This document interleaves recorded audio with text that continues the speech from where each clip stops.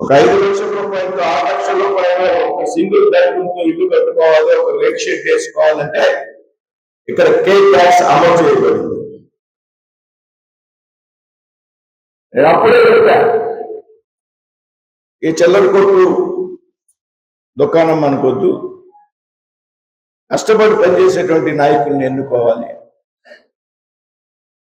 మన రాష్ట్ర అభివృద్ధి కోసం నిరంతరం తప్పిస్తుంటే బొలిశెట్టి శ్రీనివాస్ గారు నిరంతరం నన్ను రోజు పొద్దున ఫోన్ రాత్రి ఆయన ఎలా మాట్లాడతారో తెలుసు, కానీ మామూలుగా మాట్లాడితే దెబ్బలాడినట్టు. అవునా? మామూలుగా మాట్లాడితే దెబ్బలాడినట్టు ఉంటుంది. ఇంక దెబ్బలాడితే ఎలా ఉంటుంది అనేది చూడండి. బుర్రంచుకుని కూర్చోన్నాడు, ఏం తెలియదు.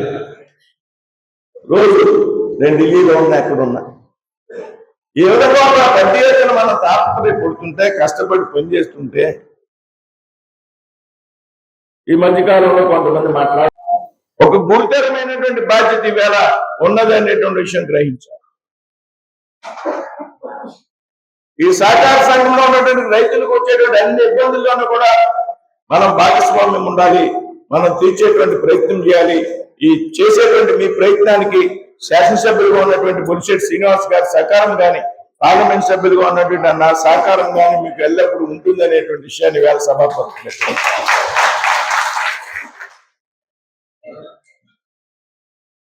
ఇవాళ ఒకేసారి అందరికీ పనులు వచ్చేటువంటి అవకాశం ఉంది. దయచేసి గ్రహించి వంతులు వారిగా నెక్స్ట్ దఫా మరికొంతమందికి అవకాశం. పదవులు తక్కువ ఉంటాయి, పనిచేసి కష్టపడి పనిచేసినటువంటి కార్యకర్తల సంఖ్య ఎక్కువ. కాబట్టి ఎవరికైనా సరే కష్టపడి పనిచేసినటువంటి కార్యకర్త ఎవరుతున్నారో ఖచ్చితంగా రాబోయేటువంటి రోజుల్లో కూడా పదవులు వస్తాయనేటువంటి ఒక ధైర్యంతో మీరంతా ఉండాలని సందర్భంగా విజ్ఞప్తి చేస్తారు. ముందుగా శాసనసభ్యులకి కృతజ్ఞతలు చేస్తున్నా సభాపూర్వకంగా. ఏదైతే భారతీయ జనతా పార్టీకి ఈ వెస్ట్ సొసైటీని కేటాయించినందుకు భారతీయ జనతా పార్టీ తరఫున మరి బొలిశెట్టి శ్రీనివాస్ గారికి హృదయపూర్వకంగా అది భారతీయ జనతా పార్టీ కార్యకర్త కావచ్చు, తెలుగుదేశం పార్టీ కార్యకర్త కావచ్చు, జనసేన పార్టీ కార్యకర్త కావచ్చు, ఎవరికైనా సరే కష్టపడి పనిచేసిన వ్యక్తికే పదవి దక్కాలి అనేటువంటి విషయాన్ని చాలా స్పష్టంగా మనంతా కూడా ఆలోచన చేయాలి. అందులో భాగంగానే అమ్మిరాజు గారు అనేక సంవత్సరాలుగా భారతీయ జనతా పార్టీ పనిచేస్తున్నారు కాబట్టి ఈ సొసైటీకి మాకు కేటాయించారు. కాబట్టి శాసనసభ్యులు అమ్మిరాజు గారిని అధ్యక్షులుగా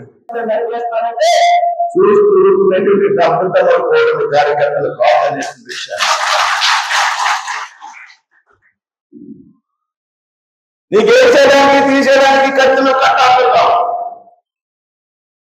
కానీ మీ కోర్టు మీ కార్యకర్తలు ఒక కన్నెత్తి చూస్తే నిన్ను కంటి చూపుతో లెక్కేస్తాం అనేటువంటి విషయాన్ని కంటి చూపుతో లెక్కేస్తాం అనేటువంటి విషయాన్ని సందర్భంగా మాకు అలవాటు.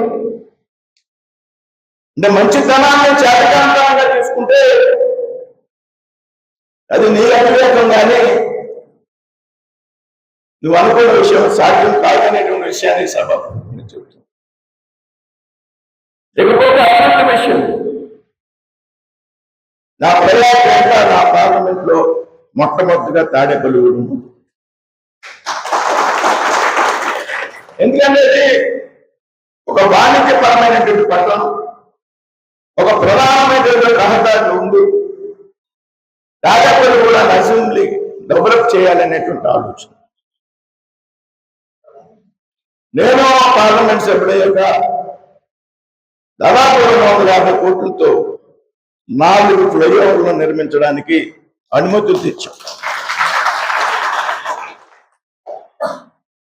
రైల్వే స్టేషన్ అభివృద్ధికి 27 కోట్లు తెస్తే 27 కోట్లు సరిపోదు, ఇంకా కావాలంటే ఈ మధ్య కాలంలో మళ్ళీ 18 కోట్ల రూపాయలు మంజూరు చేశారు. రైల్వే పూర్షేటు రైలు రోడ్డు నిర్మాణానికి 8,000 కోట్లు మంజూరు చేశారు. ఇవన్నీ పేపర్ మీద లెక్కలు కాదు, ఆధునిక బడ్జెట్ లో నిధులు విడుదలయ్యాయి అనేటువంటి విషయాన్ని సందర్భంగా చూస్తుంది. అదేవిధంగా భీమవరం నుంచి తాడేపల్లిగూడెం రోడ్డుని ఏ విధంగా అభివృద్ధి చేయాలనేటువంటి ఒక 100 కోట్ల రూపాయలు మంజూరయ్యాయి. అలా కాదు వేరే రకంగా ఇంకేనా నిర్మించాలనేటువంటి ఆలోచన. ఎమ్మెల్యే గారు ఫోన్ చేసి శాసనసభ్యులు మాకు డయాలసిస్ సెంటర్ ఉంది, మాకు ఇంకా డయాలసిస్ మిషన్స్ కావాలి అంటే సిఎస్ఆర్ నుంచి 2 కోట్ల రూపాయలు తాడేపల్లిగూడెం అదనంగా డయాలసిస్ మిషన్ పెట్టడానికి నిధులు తెచ్చి మేము అభివృద్ధి ఆధారంగా తప్పడానికి నడవడానికి మాకు ప్రజలు ఓట్లేసింది అభివృద్ధి కోసం, ప్రజల కోసం పనిచేయాలనేటువంటి తత్వం మాకు. మేము విధంగా పనిచేసుకుంటూ పోతుంటే మా పాలనలో నువ్వేమో మాకేం చేత కాదు, అన్ని నువ్వే చాలా పవర్ఫుల్. వీళ్ళు కొత్తగా ఎమ్మెల్యే ఫస్ట్ టైం ఎమ్మెల్యే గారు Srinivas Varma first time parliament సభ్యులు అయ్యాడంటే దీనికి ముందు 40 ఏళ్ల పోరాట చరిత్ర, పోరాట పటిమ మాకుంది. ప్రజల సమస్యల మీద పోరాటం చేసింది, ఉద్యమాలు చేసింది, పోలీసులు అరెస్ట్ చేసే రోజుల తరబడి జైల్లో దెబ్బలు తిన్నాం పోలీసులతో. ప్రజా సమస్యల మీద లంచాలు తీసుకోలేదు, ప్యాకెట్లు ఆడించి మేము పోలీస్ స్టేషన్కి పోవాలి, కుమ్మలాట్లో మేము పోలీస్ స్టేషన్కి పోవాలి. వచ్చే శ్రీనివాస్ గారు మున్సిపల్ రాజకీయాల నుంచి వచ్చారు వేళ శాసనసభ్యుడికి.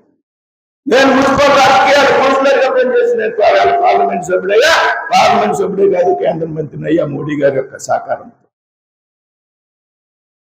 మాకు ఫీల్డ్ లో అనుభవం ఉంది, ఫీల్డ్ లో ఎక్స్పీరియన్స్ ఉంది, ఫీల్డ్ లో ప్రజల యొక్క కష్ట సుఖాలు ఏంటో మాకు తెలుసు. నీకు ఇలా ఏసీ గేలు పెరగలేదు, అర్థమైన వ్యాపారాలు చేసి డబ్బులు సంపాదించలేదు. కాబట్టి సభాపూర్వకంగా చెప్తాం, పిచ్చి పిచ్చి ప్రేరణలు మానండి. ప్రజాప్రతినిధులు చేసేటువంటి అభివృద్ధి కార్యక్రమాల్లో పాల్పంచుకోండి. మళ్ళీ ఎలక్షన్ వచ్చినప్పుడు ప్రజలు తీర్పు ఇచ్చినప్పుడు అప్పుడు సంగతి అప్పుడు చూద్దాం. కాబట్టి ఈ సందర్భంలో మరొకసారి అందరు, నేను కూడా చాలా మీటింగ్కి వెళ్ళాలి, మళ్ళీ ఫ్లైట్కి ఢిల్లీ వెళ్ళాలి. రాత్రి ఢిల్లీ నుంచి వచ్చాను, ఈ కార్యక్రమాల్లో పాల్గొని మళ్ళీ ఢిల్లీ వెళ్ళాలి. కాబట్టి సమయం తక్కువ ఉంది. కాబట్టి మరి మీ అందరికీ కూడా ఇవాళ ఎవరైతే బాధ్యతలు స్వీకరించారో వారందరికీ కూడా అభినందనలు తెలియజేస్తూ మీరు పనిచేసే